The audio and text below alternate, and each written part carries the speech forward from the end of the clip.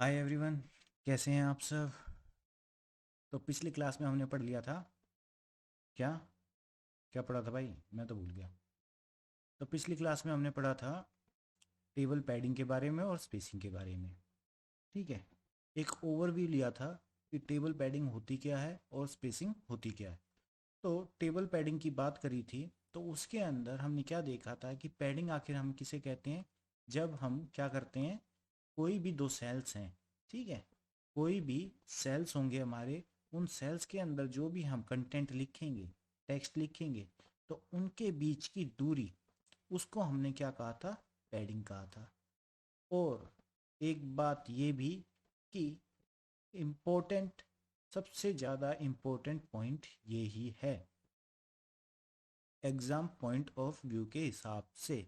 क्या है सबसे ज़्यादा इम्पोर्टेंट, क्योंकि क्वेश्चन आता है कि व्हाट इज़ पैडिंग। ठीक है, या तो आपको क्वेश्चन देगा कि पैडिंग करके दिखाओ, या फिर आप ये बताओ कि इसके अंदर पैडिंग हुई है या इसके अंदर स्पेसिंग हुई है।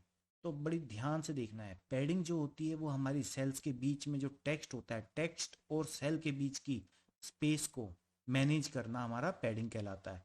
और जो स्पेसिंग होती है, स्पेसिंग क्या होती है, टेबल का जो एंड वाला बॉर्डर होता है उसकी, और हमारे जो सेल्स होते हैं उसके बॉर्डर के बीच का गैप, ठीक है, उसके बीच का गैप जो मैनेज करते हैं हम चारों तरफ से, उसको हम क्या कहते हैं, स्पेसिंग कहते हैं। मोस्ट इम्पोर्टेंट है, ध्यान रखना है। क्वेश्चन इससे एग्जाम में 99.9% आएगा। HTML में दो चार चीज़ें हैं जिनके ऊपर क्वेश्चन 100% श्योरिटी रहती है कि आते ही आते हैं। जैसे कि फ्रेम्स के ऊपर आ सकता है, टेबल्स के ऊपर आ सकता है, लिस्ट के ऊपर आ सकता है, या फिर आपसे जब हमने स्टार्टिंग में पढ़ा था हेडिंग टैग के आ सकता है, एंकर टैग का। तो ये 5-6 टॉपिक हैं HTML के अंदर जो बहुत ज़्यादा इंपॉर्टेंट, जिनके ऊपर हमारी बहुत ज़्यादा ध्यान से हमें पढ़ना चाहिए। पैडिंग समझ में आ गई। जब हमारा जो सेल होता है, उस सेल के बीच में जब हम टेक्स्ट लिखते हैं, तो उस टेक्स्ट की और सेल के बीच की दूरी चारों तरफ से जो होती है, जिसको जो मैनेज करते हैं हम, उसको हम क्या कहते हैं, पैडिंग कहते हैं। क्या कहते हैं, पैडिंग कहते हैं। एक बार खुद भी दोहराओ जल्दी से इसको कि पैडिंग क्या होती है। शाबाश। जो भी टेक्स्ट हम सेल के अंदर लिखते हैं, तो उस टेक्स्ट का और उस सेल के बीच की गैप को, मार्जिन को हम पैडिंग कहते हैं। स्पेसिंग किसे कहते हैं, स्पेसिंग जब भी हमारा एंड बॉर्डर जो होता है टेबल का, उसमें और जो सेल होता है उसके अंदर, ठीक है, सेल जो होता है उसके बॉर्डर में और टेबल के बॉर्डर के अंदर जो भी हमारी मार्जिन होती है, उसको हम क्या कहते हैं, क्या कहते हैं, क्या कहते हैं, स्पेसिंग कहते हैं। क्या कहते हैं, स्पेसिंग कहते हैं। सबसे ज़्यादा इंपॉर्टेंट टॉपिक है भाई, सबसे ज़्यादा 100% चांस होता है HTML में क्वेश्चन यहीं से उठने का कि सेल पैडिंग क्या होती है और स्पेसिंग क्या होती है। क्लियर है इतना, ध्यान रखोगे, भूलोगे तो नहीं। तो अब चलते हैं हम आगे कि cell padding is the space between the cell edge and the cell content. बता दिया गया है, कोई बात डाउट है इसमें। सेल एज क्या हो गया, चलो देख लो, सेल एज किसे कहते हैं। ये क्या हो रहा है यार,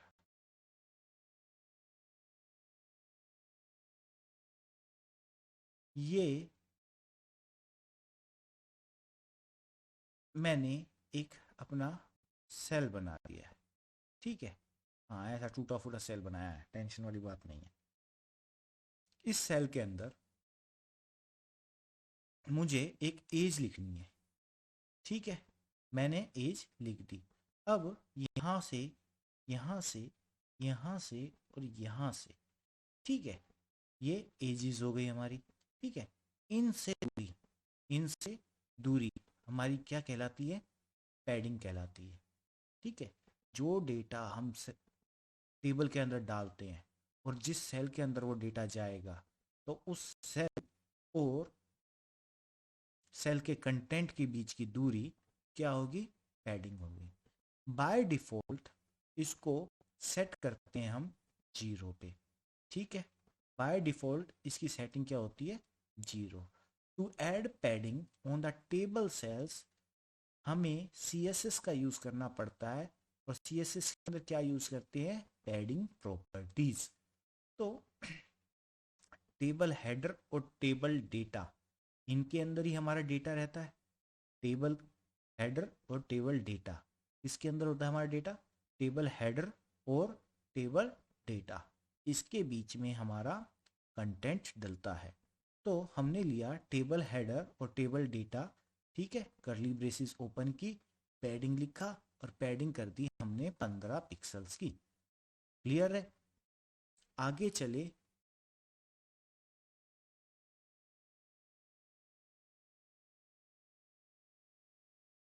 सिस्टम खराब, आगे चलते हैं। देखो यहां पर हमने TH की पैडिंग करी है, ठीक है, 20 पिक्सल से, और TD की पैडिंग करी है 10 पिक्सल से। दोनों की अलग अलग कर सकते हैं, कोई दिक्कत है हमें इस चीज़ से, कोई भी परेशानी है भैया? अगर हमें दोनों की पैडिंग सेम करनी थी, जो पैडिंग है अगर हमें दोनों की सेम करनी थी, क्या कहा मैंने, अगर पैडिंग हमें दोनों की सेम करनी थी तो हम क्या करते, क्या करते, दोनों को साथ लिखते। लेकिन हमें दोनों की पैडिंग अलग अलग करनी थी, तो हमने क्या किया, यहाँ पर TH के लिए पैडिंग 20 पिक्सल्स ले ली और TH के लिए हमने 10 पिक्सल्स ले ली, ठीक है।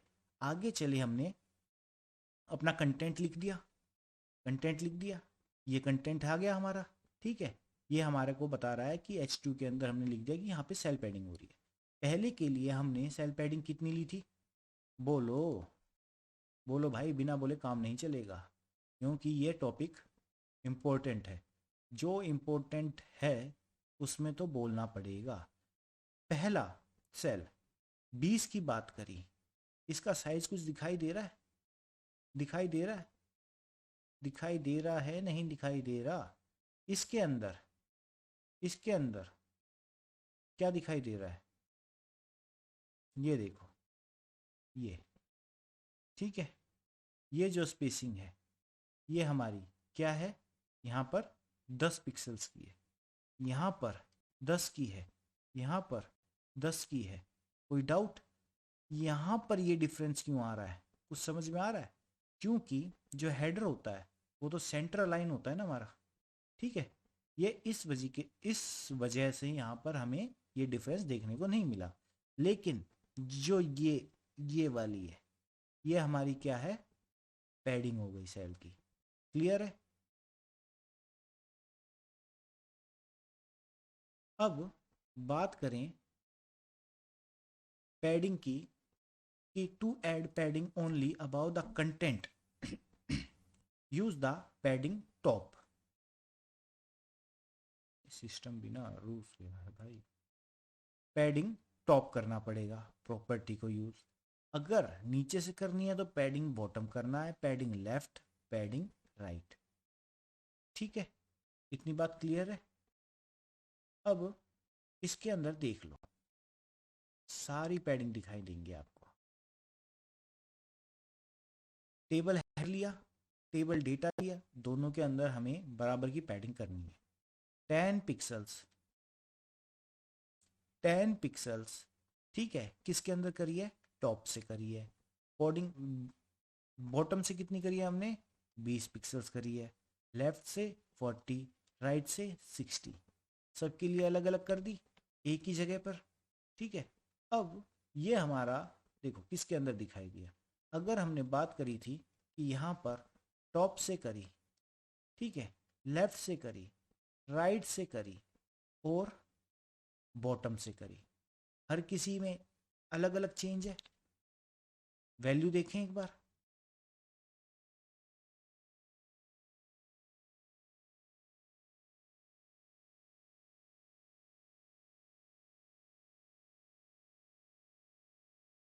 कोई नहीं, हो जाता है। देखो टॉप से 10 ली थी, बॉटम से 20 ली थी, ठीक है, लेफ्ट से 40 और राइट से 60 थी, टॉप से 10। तो जो ये मार्जिन आपको दिखाई देगा, ये 10 वाला दिखाई दे रहा है और ये 20 वाला दिखाई दे रहा है नीचे वाला। देखो गैप है ना इसमें फालतू। यहाँ पर लेफ्ट से हमने कितनी ली थी, 60 ली थी शायद, या 40, जो भी ली थी, लेकिन राइट से हमने कितनी ली है, ज़्यादा ही ली है। तो ये काम हो गया हमारा पैडिंग का। इसके अंदर हमने क्या क्या यूज़ करा, एक यूज़ करी हमने पैडिंग, एक में हमने क्या बताया कि पैडिंग कहाँ से करनी है। पैडिंग करनी है हमें अगर टॉप से, तो हम आगे लिख देंगे पैडिंग टॉप, लेफ्ट से करनी है तो लेफ्ट लिख देंगे, राइट से करनी है तो हम राइट लिख देंगे। सॉरी, कोई दिक्कत परेशानी? अब बात करते हैं सेल स्पेसिंग की। सेल स्पेसिंग में क्या होता है कि जो स्पेस होता है वो क्या होता है, ईच सेल के बीच का स्पेस, उसे हम क्या कहते हैं, सेल स्पेसिंग कहते हैं। बाय डिफॉल्ट कितना होता है ये, बाय डिफॉल्ट होता है हमारा 2 पिक्सल्स का। अगर हमें इस स्पेस को चेंज करना है तो जो प्रॉपर्टी यूज करेंगे वो हम क्या यूज करेंगे, बॉर्डर स्पेसिंग की। ठीक है, यहाँ पे हम क्या यूज करेंगे, बॉर्डर स्पेसिंग की। टेबल है, टेबल के अंदर 30 पिक्सल्स हमने ले लिया, क्लियर, बॉर्डर स्पेसिंग के लिए। अब वही चीज हमने यहाँ पर 30 पिक्सल्स लिया है। अब इसको एक एग्जाम्पल देखो पहले इसका, यहाँ पे 30 लिया तो ये गैप बन गया हमारा, गैप बन गया स्पेसिंग का। और मैंने क्या किया है कि इसके अंदर पैडिंग भी यूज करी है। अब ये क्या है, padding top bottom left right, same वो ही यूज हो रही है। तो इससे हमारी टेबल की स्पेसिंग कैसी हो गई है, देखो स्पेसिंग का मतलब तो हो गया ये, और पैडिंग का मतलब हो गया ये, हुआ, दिख रहा है फर्क? देखो क्या हर सेल के अंदर यहां से दूरी, यहां से दूरी, यहां से दूरी बराबर है 30 पिक्सल की, यहां से, यहां से, यहां से बराबर है। ठीक है, यहां पर हमने 10 ली थी। अब पैडिंग की बात करेंगे तो ये तो अंदर की बात हो गई, ये सेल के अंदर की बात हुई, सेल के अंदर हम पैडिंग यूज करते हैं। लेकिन जब बाहर यूज करते हैं बाउंड्री पर, तो उसको हम क्या कहते हैं, देखो इसकी बाउंड्री और इसकी बाउंड्री, इनके बीच में कितना गैप लिया था, 30 पिक्सल्स का लिया था ना। तो ये गैप हमारा कितना हो गया, 30 पिक्सल्स का। तो इस तरीके से हम सेल पैडिंग और सेल स्पेसिंग को यूज करते हैं। फिर दोबारा कह रहा हूँ, मोस्ट इंपॉर्टेंट पॉइंट है, मोस्ट इंपॉर्टेंट टॉपिक है, इसको ध्यान देना। पैडिंग क्या होती है, सेल्स के अंदर होती है। स्पेसिंग क्या होती है, सेल्स के बीच में होती है। दो सेल्स के बीच में जो होती है उसको स्पेसिंग कहते हैं। और जो पैडिंग होती है वो क्या होती है, इन बिटवीन द सेल। ठीक है, between the cell and the text. समझ गए, कोई दिक्कत है? नहीं है। आगे चलते हैं अब हम फ्रेम्स के बारे में। HTML में फ्रेम्स भी उतना ही इंपॉर्टेंट है एग्जाम पॉइंट ऑफ व्यू के अकॉर्डिंग। ठीक है, तो जो फ्रेम्स होती हैं, फ्रेम्स का एक्चुअल यूज क्या है, फ्रेम्स करती क्या है, आपने अपने घर देखिए, घर के अंदर फ्रेम्स क्या काम कर रही हैं। ठीक है, दरवाजे को खिड़की से अलग करती है। ठीक है, तो वो फ्रेम ही होती है, उसको हम फ्रेम कहते हैं। ऐसे ही जब हम डिस्प्ले के ऊपर, ठीक है, उस डिस्प्ले को मल्टीपल पार्ट्स के अंदर डिवाइड करना चाहते हैं तो हम यूज करते हैं फ्रेम्स का। तो HTML फ्रेम्स, एक तो ये हटता है, HTML frames are used to divide your browser window into multiple sections। multiple sections के अंदर डिवाइड करने के लिए हम क्या करते हैं, फ्रेम्स का यूज करते हैं। अब जो ईच सेक्शन है उसके अंदर, अब देखो मानो कि ये जो पेज है, ठीक है, इस पूरे पेज को आप मानो कि ये एक ब्राउजर की विंडो है। इसके अंदर मैं क्या चाहता हूं कि ये इतना पार्ट मेरा अलग दिखाई दे, इसके अंदर मैं अलग कंटेंट अपना दिखाना चाहता हूँ। ये कंटेंट मेरा कुछ भी हो सकता है, किसी दूसरे पेज से लेके आ रहा हूँ या मैं इसके अंदर दूसरी कोडिंग कर रहा हूँ, ठीक है। ये वाला पोर्शन अगर मैं कहूँ इतने पोर्शन में यहाँ से लेके यहाँ तक, इस पोर्शन को मैं क्या करना चाहता हूँ, इसके अंदर मैं अपना अलग कंटेंट देना चाहता हूँ, इसके अंदर मैं अपना अलग कंटेंट देना चाहता हूँ, इसके अंदर मेरा अलग कंटेंट चल रहा था, ठीक है। यहाँ पे मैं क्या करता हूँ, यहाँ पर मैं इसको एक पार्ट और डिवाइड करना चाहता हूँ कि यहाँ बीच में तो मेरा अलग कंटेंट आए और यहाँ पर मैं अपने कमेंट्स को देख सकूं, ठीक है। दिक्कत आ रही है कोई फ्रेम समझने में? HTML फ्रेम्स, ठीक है, डिवाइड करती है ब्राउज़र विंडो को कितने में, मल्टीपल सेक्शंस में। जितने में आप डिवाइड करना चाहोगे उतने में आप डिवाइड कर सकते हो। अब हर सेक्शन जो है, ठीक है, जितने पार्ट्स में आपने डिवाइड करा है ना, उस पार्ट को हम सेक्शन कहते हैं। तो जितने भी सेक्शंस हैं हमारे, उनके अंदर हम अलग अलग HTML डॉक्यूमेंट को लोड कर सकते हैं। अब collection of frames in the browser window is known as frame set. अब जो कलेक्शन ऑफ फ्रेम्स होता है, इनको हम क्या कहते हैं, फ्रेम सेट कहते हैं। अब फ्रेम सेट का मतलब क्या हुआ, जब मैं ये कहता हूँ कि ये फ्रेम 1 है, ये फ्रेम 2 है, ये फ्रेम 3 है, ये फ्रेम 4 है, ये फ्रेम 5 और 5 ही फ्रेम है। जब मैं इन पांचों फ्रेम को क्या कर दूं, 1 + 2 + 3 + 4 + 5 कुछ ऐसे दिखा दूं, तो इस चीज को हमने क्या कह दिया, फ्रेम सेट कह दिया।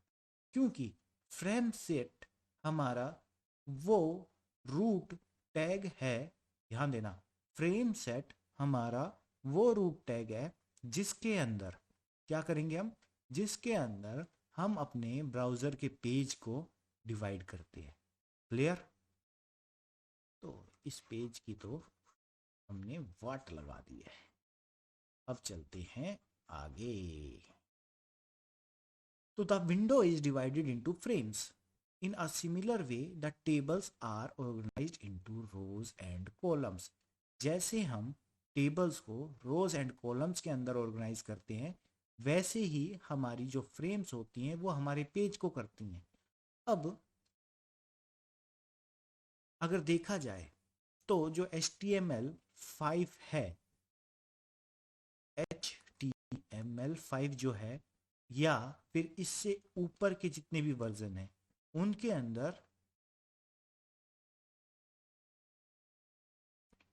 अंदर फ्रेम्स का कॉन्सेप्ट हटा दिया गया है। क्या करा है, उनके अंदर फ्रेम्स का कॉन्सेप्ट हटा दिया गया है। तो अब हमें ये पढ़ना चाहिए, हाँ भाई पढ़ना पड़ेगा, क्योंकि जो बुक्स हमारी छपी हुई हैं, ठीक है, वो हमारी कई सौ साल पुरानी है, हाँ कई सौ साल, जिसकी वजह से ये हमारा टॉपिक एग्जाम में आ सकता है। अब बात करते हैं डिसएडवांटेजेस की। अब इन्होंने 5 और इससे ऊपर के वर्जन थे, उनके अंदर हटाया क्यों, उसके पीछे का रीजन क्या था, तो वो रीजन भी हमें पता होना चाहिए। पहला रीजन तो ये था कि जो स्मॉलर डिवाइस, अब मोबाइल का ज़माना है, लैपटॉप कोई यूज़ करता है, ठीक है, तो स्मॉलर डिवाइस के अंदर ये फ्रेम्स काम नहीं कर पाती थी। जो स्क्रीन थी हमारी, ठीक है, वो इतनी बड़ी नहीं थी कि उसको हम डिवाइड कर सकें। छोटी सी स्क्रीन है, कैसे शो करेंगे उसके अंदर डेटा।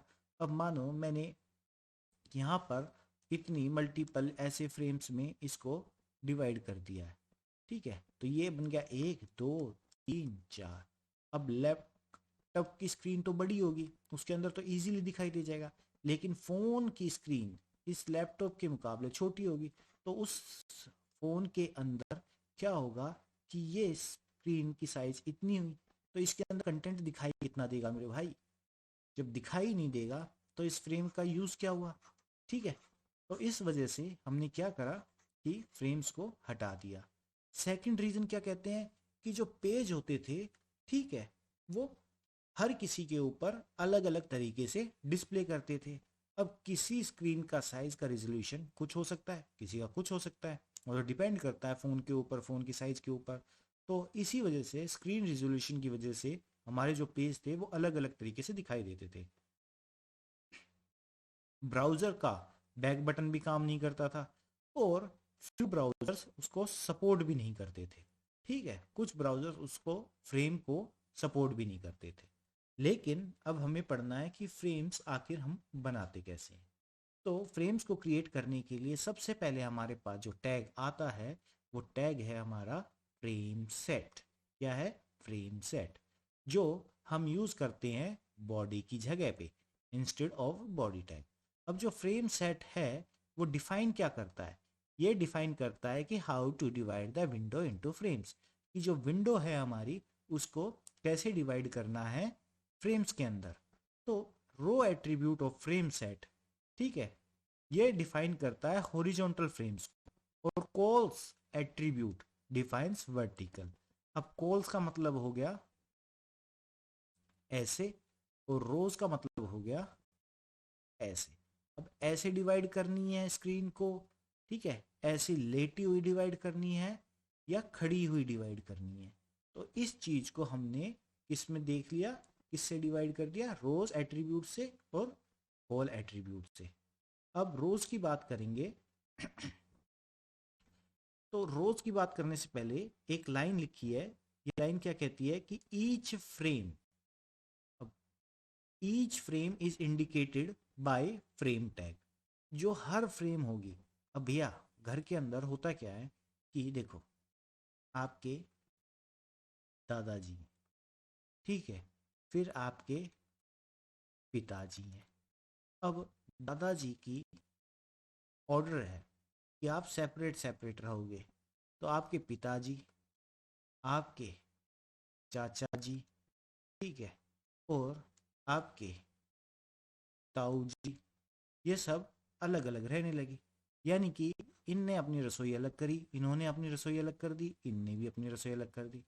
ऐसा ही कुछ हुआ, ठीक है, देसी जुगाड़ समझने का।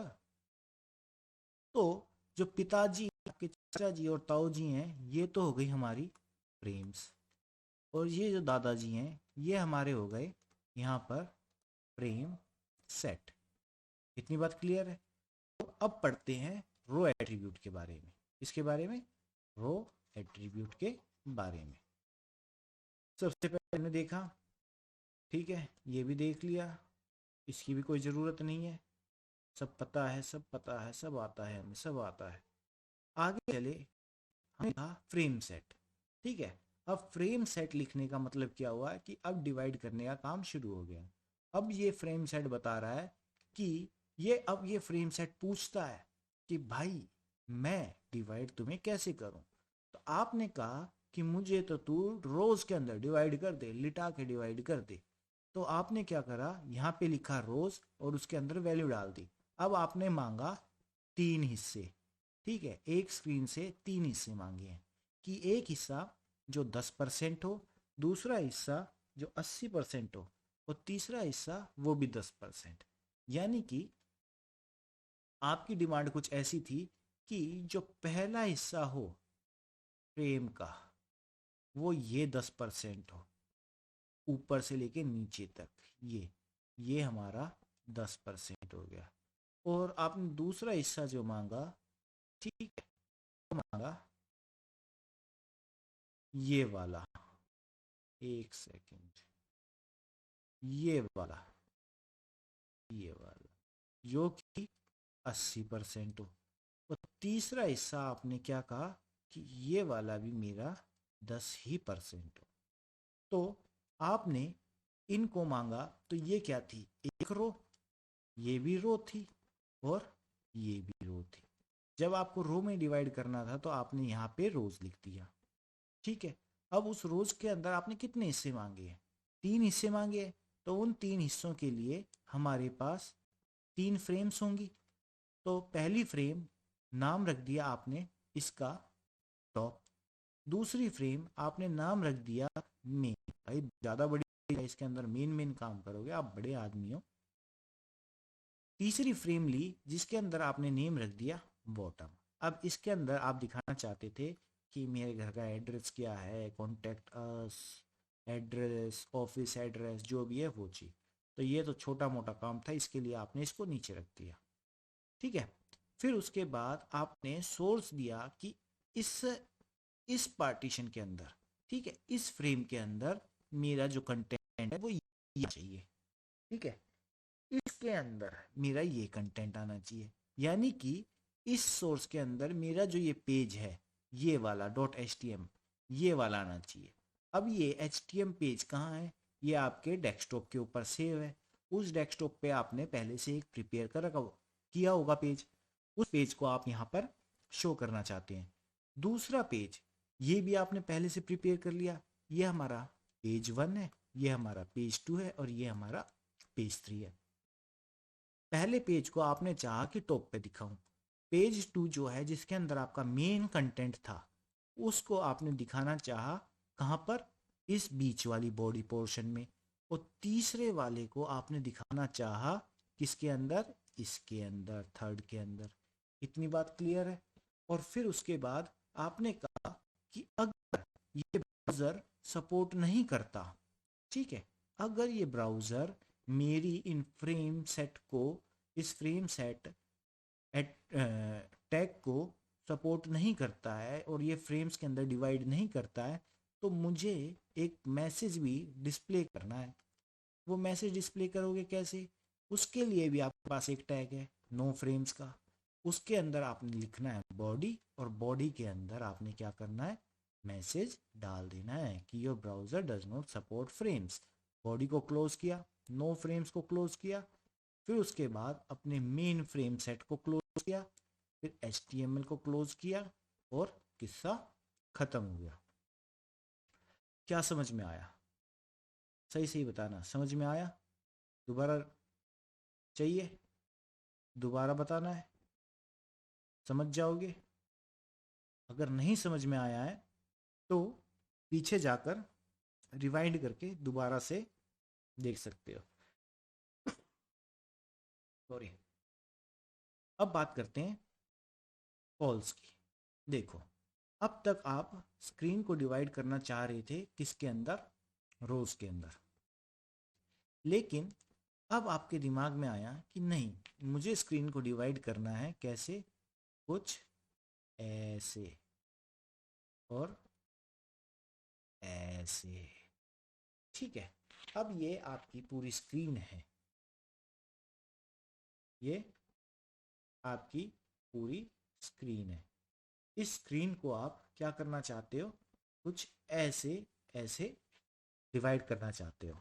अब इसको डिवाइड करने के लिए ऐसे, यानी कि आपने तो ये तो एक कॉलम बना दिया, यहाँ पर ये दूसरा कॉलम हो गया और ये हमारा कॉलम थर्ड हो गया।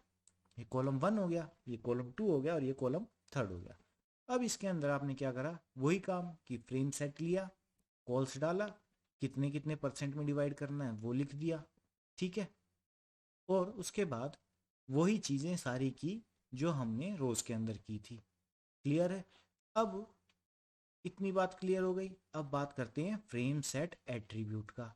तो इसके अंदर पहली बात कर ली कॉलम्स की, ठीक है। अब इस कॉलम के अंदर भी हम कैसे कैसे यूज कर सकते हैं?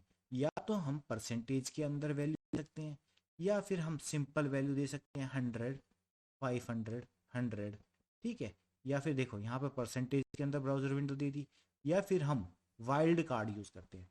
अब आपसे एक एग्जाम के अंदर इंपॉर्टेंट क्वेश्चन पूछा गया कि आखिर वाइल्ड कार्ड होता क्या है? वाइल्ड कार्ड होता क्या है? तो वाइल्ड कार्ड क्या करता है कि जितना भी आपका रिमेनिंग पार्ट रहता है, ठीक है, उसको कैलकुलेट करता है और उसको वहां पर यूज कर लेता है। यहाँ पर देखो, आपने पहले पार्टीशन के लिए 10% जगह मांगी, यानी कि सबसे पहले आपने अपने पिताजी से 10% पैसे मांगे, ठीक है, 100 रुपये में से 10% मांगे। फिर आपने क्या कहा कि बीच में कुछ नहीं मांगा, और तीसरी बार आपने मांग लिए दोबारा से 10%। तो टोटल 100 में से आपने कितने परसेंट मांग लिए हैं? 20%। रिमेनिंग कितना है? 80%। अब ये वाइल्ड कार्ड क्या करेगा यहाँ पर? ये इस स्टार का मतलब हो गया यहाँ पर ये 80%। तो एक question wild card symbol important है। क्या करता है? Wild card takes remainder of the window, remainder of the window, ठीक है। कोई दिक्कत नहीं है ना? होनी भी नहीं चाहिए। फिर बात करते हैं relative width of the browsers window. Ratio पढ़े हैं आपने, ठीक है, अनुपात जिसे कहते हैं हम, ठीक है। तो उसके अंदर क्या करते हैं, हम किसी भी चीज को 2, 3, 4 ऐसे डिवाइड कर देते हैं, उसके इतने हिस्से कर देते हैं। तो अब ये कितने हिस्से हो गए, ये मेरे हिसाब से तो 9 हिस्से हो गए। अब कोई भी चीज होगी आपके पास, अगर मैं इसको P3 ले लेता हूँ तो ये हो गए 10। अब मानो कि आपके पास 100 रुपये हैं। अब उस 100 रुपये के लिए आपने क्या खेल खेला कि आपने कहा कि मैं तुझे अपने 100 का 30 कितना हिस्सा दूंगा। सबके अंदर ये बराबर बराबर कैसे बटेगा कि तेरे को 3 मिलेगा, एक्स को 3 मिलेगा और वाई को भी कितना मिलेगा, 4 मिलेगा। तो सबकी सुलह हो गई। ठीक है, कि इसके अंदर मेरा हिस्सा कितना है 3 का, एक्स का हिस्सा कितना है 3 का और वाई का हिस्सा कितना है 4 का। तो इसको डिवाइड करना शुरू करा हमने। तो ये कुछ ऐसे करते हैं भाई, 4 3 7 3 10। तो ये गया, ये गया, ठीक है। तो ये कितना हो गया, मेरा इस 100 में 30, जो एक्स है उसका भी 100 में 30 और जो वाई है उसका इसके अंदर कितना हो गया, 40 हो गया। तो इस relative width of the browser window का कहने का मतलब क्या हुआ कि यहाँ पर हम अनुपात का भी यूज कर सकते हैं, रेशोस का भी यूज कर सकते हैं, ठीक है। अब बात कर ली वही बात रोज के अंदर आ गई कि कैसे करना है। रोज के अंदर भी कर सकते हैं हम ऐसे ही, कॉलम के अंदर भी कर सकते हैं। अब बात करते हैं कि बॉर्डर, हम फ्रेम्स के अंदर बॉर्डर भी दे सकते हैं। बॉर्डर के बारे में देख लो कि बॉर्डर अगर देना हो हमें तो बॉर्डर की वैल्यू हम कुछ इस तरीके से दे देंगे, ठीक है। फ्रेम के अंदर frame border is equal to 5। Frame border की बात करेंगे तो उसके अंदर क्या होता है कि आपको अगर फ्रेम बॉर्डर यानी कि अगर आपने उसकी वैल्यू 1 कर दी तो फ्रेम बॉर्डर आपका शो होगा। अगर आपने फ्रेम बॉर्डर की वैल्यू 0 कर दी तो वहां पर आपका जो फ्रेम बॉर्डर है वो डिस्प्ले नहीं होगा। यानी कि फ्रेम बॉर्डर अगर 0 है तो आपका बॉर्डर डिस्प्ले नहीं होगा। क्लियर है। अगर यहाँ पर सुनो, यहाँ पर अगर बॉर्डर दे देते हो आप 5, लेकिन यहाँ फ्रेम बॉर्डर में अब डिसाइड करना है कि फ्रेम बॉर्डर के अंदर अगर 1 वैल्यू है तो ये शो होगा, ये 5 का बॉर्डर। लेकिन अगर यहाँ पर 0 वैल्यू होगी तो ये 5 का बॉर्डर हमारा शो नहीं होगा। ऐसे ही हमारी फ्रेम स्पेसिंग होती है। Frame spacing 10 means there should be 10 pixel spacing between each frames. हर फ्रेम्स के बीच में 10 पिक्सल की हमारी दूरी दिखाई देगी, ठीक है। अब फ्रेम टैग एट्रीब्यूट्स देखते हैं। एसआरसी होता है, सोर्स के लिए होता है कि अगर हमारा कोई पेज कहीं और पड़ा है और उसको हम अपनी उस फ्रेम के अंदर यूज करना चाहते हैं जो फ्रेम हमने अभी अभी डिवाइड की है, ठीक है। नेम एट्रीब्यूट, नेम एट्रीब्यूट के अंदर हम नाम देते हैं फ्रेम का कि ये किस पेज की है। अब आपने नेम दे दिया कि ये HTML1 है, या फिर दूसरी फ्रेम के लिए आपने नाम दे दिया कि इसके अंदर HTML2 है, ठीक है। फ्रेम बॉर्डर की वही वाली बात हो गई। अगर 1 और 0, मार्जिन विड्थ, ठीक है, मार्जिन विड्थ के लिए हम क्या यूज करते हैं, मार्जिन विड्थ 10, ठीक है। ये भी हमारी पिक्सल्स के अंदर दी जाती है। मार्जिन हाइट, हाइट कितनी होगी वो भी। No resize scrolling. अब स्क्रोलिंग की बात करें तो आपका जो पेज है उसके अंदर ऐसे स्क्रोल या ऐसे स्क्रोल, ठीक है, उस पेज को कितना करना चाहोगे तो वो चीज हो गई स्क्रोलिंग। अगर देखें तो वो ऑटो में है या नो में है या यस, इधर यस, नो और ऑटो, ठीक है। ये 3 वैल्यूज ही स्क्रोलिंग लेती है। अगर नो लिखा होगा इसका मतलब है कि वहां पे कोई भी स्क्रॉल बार यूज नहीं किया गया। लेकिन अगर वहां पर यस होगा तो इसका मतलब हो गया कि वहां पर स्क्रॉल बार है, ठीक है। फ्रेम्स को स्क्रॉल कर सकते हैं left to right, left to right और राइट टू लेफ्ट। यहां से खींच के इधर करोगे, यहां से खींच के इधर कर दोगे। इतनी बात क्लियर होगी। अब ब्राउजर सपोर्ट फॉर फ्रेम्स देखते हैं क्या है ये। If a user is using old browser or any browser which does not support frames, then no frames element should be displayed to the user. No frames की बात करी थी। अगर हमने जो पेज डिवाइड करना चाहा और वो पेज हमारा डिवाइड नहीं करता, क्यों नहीं डिवाइड करता? हमने तो अपनी तरफ से कोड लिख दिया है, लेकिन वो क्या होता है कि ब्राउज़र जो है वो हमसे नाराज है, खफा है। तो वो क्या कहता है कि जा बेवफा, मैं तेरे पेज को नहीं डिवाइड करता हूँ। तो इस कंडीशन के अंदर आपको यूज़र को, जो व्यूअर होगा, उसको ये बात बतानी पड़ेगी कि ये जो ब्राउज़र है उस ब्राउज़र की हमसे नाराज़गी चली हुई है और ये हमारे काम को होने नहीं दे रहा है। तो आप यहाँ पर क्या यूज़ करोगे? No frames tag. उसके अंदर आपको यूज़ करनी पड़ेगी बॉडी, क्योंकि कंटेंट लिखा जाएगा हमारा बॉडी के अंदर, और उस बॉडी के अंदर आप लिख दोगे ये ब्राउज़र बेवफा है। ठीक है, और इसके बाद बॉडी को क्लोज करोगे। क्लोज करने के बाद आप क्या करोगे? नो फ्रेम्स को क्लोज कर दोगे। तो ये कंटेंट आप अपनी देगा। तो इससे व्यूअर को पता चल जाएगा कि अगर हाँ आपका जो कंटेंट है थोड़ा इधर उधर सरका हुआ मिलेगा, तो आप क्या करोगे? व्यूअर को समझा दोगे कि भाई ये ब्राउज़र जो है ना, इसको तू यूज़ मत कर, इसकी जगह तू किसी और ब्राउज़र को यूज़ कर। अगर मानो उसके लैपटॉप के अंदर या उसके कंप्यूटर के अंदर क्रोम है और वो सपोर्ट नहीं कर रहा है, तो आपने उसको मैसेज दे दिया कि भैया ये क्रोम में काम नहीं करता है, ये करता है किसके अंदर? बाबा आदम जमाने के इंटरनेट एक्सप्लोरर के अंदर, या फिर ये काम करता है मोजिला फायरफॉक्स के अंदर। ठीक है, तो नो फ्रेम के बारे में यही कहानी थी, इसके अलावा कोई कहानी नहीं है। तो मैसेज हमें ओल्ड ब्राउज़र्स के अंदर क्या दिखाई देगा कि सॉरी, आपका जो ब्राउज़र है वो सपोर्ट नहीं करता है फ्रेम्स को। समझ गए? देखो, ये आ गया हमारा सारा का सारा कारनामा। हमने कॉल्स लिया 200, बॉर्डर लिया 10, फ्रेम बॉर्डर लिया 1, फ्रेम स्पेसिंग ली 200, फ्रेम्स को डाल दिया। नो फ्रेम्स के अंदर हम ये मैसेज डाल दिया। अब इसके अंदर नॉट फाउंड, ठीक है, तो यहाँ पर तो फ्रेम्स डिवाइड हो रही हैं। यहाँ पे कॉल स्पैन लिया था ना, तो पहली विंडो ये हो गई, दूसरी विंडो ये हो गई, यानी कि पहला पेज ये हो गया है और दूसरा पेज हमारा ये हो गया है। इतनी बात क्लियर है? तो इसके साथ HTML की फ्रेम्स ख़त्म होती हैं। ध्यान से पढ़ना, इसके अंदर 2-3 पॉइंट हैं। कौन कौन से पॉइंट हैं वो बताओ जल्दी से।